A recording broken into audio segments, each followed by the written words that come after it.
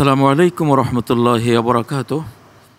আজকে সূরা রহমানের যেই কয়টি আয়াত তেলাওয়াত করা হলো, আসলে এই সূরাটি আল্লাহ তাআলার অজস্র নিয়ামতের বর্ণনা সম্বলিত একটি সূরা।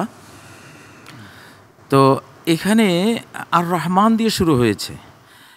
আসলে কিছু জিনিস আছে সেটা হলো আল্লাহর রহমত, আর কিছু জিনিস আছে সেটা শুধু সম্পদ।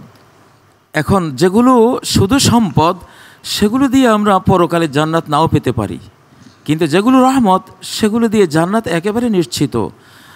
যেমন সন্তানদের মধ্যে যারা আল্লাহওয়ালা তারা রহমত সন্তান, আর যারা আল্লাহওয়ালা নয় শুধু সম্পদ সন্তান। জিক্রু রহমতে রব্বিকা আবদাহু জাকারিয়া, জাকারিয়াকে আল্লাহ যে ইয়াহিয়া দান করেছিলেন তাকে আল্লাহ বলেছেন রাহমা। ওয়াহাবনা লাহু মির রহমাতিনা আখাহু হারুনা নাবিয়া, মুসা আলাইহিস সালামকে একজন ভাই দিয়েছেন হারুন নামে, তিনি রহমত ভাই ছিলেন, এমন ভাই যে আল্লাহওয়ালা, এই জন্য সে রাহমা। তো যেই জিনিসগুলো রাহমা হয় সেগুলো দুনিয়ার জন্য সাকসেস নিয়ে আসে, অনন্ত লোকের আল্লাহর দিদার লাভের সে জান্নাতও নিয়ে আসে। তো আসলে শুরুতে এই জন্য আর রহমান বলে আল্লাহ তাআলা আমাদেরকে যেন একটা দিক নির্দেশনা দিলেন যে রাহমা যেগুলো সেগুলো নাও, শুধু সম্পদ যেগুলো সেগুলোর পিছিয়ে বেশি তোমরা দৌড়ঝাঁপ করো না। তো এখানে একটা ব্যালেন্সের কথা আল্লাহ বলেছেন যে এই যে দেখো আল্লাহ তাআলা যে মানব জাতি সৃষ্টি করেছেন, তাকে ভাষা শিক্ষা দিয়েছেন, চন্দ্র সূর্য হিসাব মতে তিনি চালু রেখেছেন, গাছগাছালি পাক পাখালি, তারপর যে লতা গুল্ম ইত্যাদি এগুলো সব চলছে, আকাশ তিনি সমুন্নত করেছেন এবং পৃথিবীকে তিনি সৃষ্টি করেছেন।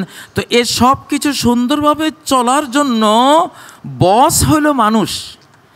এই বসরা যদি মিজান অর্থাৎ ব্যালেন্স, ইউনিভার্সাল কানুন, মহাজাগতিক নিয়ম কানুন যেগুলি এই কোরআনে বর্ণিত আছে, এই ছোট ছোট মানুষরা যদি এই মিজানগুলো, এই ব্যালেন্স রক্ষার এই কানুনগুলো রক্ষা করে চলে, আকাশ ঠিক থাকবে, জমিন ঠিক থাকবে, গ্রহতারা ঠিক থাকবে, গোটা পৃথিবী সুন্দর চলবে।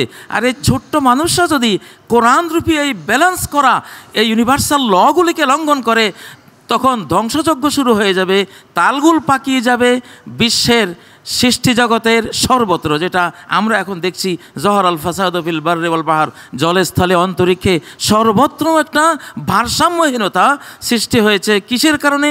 বেমা কাসাবাত আইদিন নাস, মানুষের উপার্জন যে পাপগুলো তারা করছে, অর্থাৎ কোরআনের বাইরে যে জীবন, যে সিস্টেমগুলো বিশ্বব্যাপী তারা চালু করে দিয়েছে, এর কারণে ব্যালেন্স নষ্ট হয়ে গেছে পৃথিবীর, বন বনাঞ্চলের, সাগরের, আগ্নেয়গিরির সর্বত্র। আমরা যে দাবানল দেখছি, যে বন্যা দেখছি, যে আমরা বিভিন্ন ভাইরাস দেখছি, মহামারী দেখছি, আনব্যালেন্সড হয়ে গেছে পৃথিবী।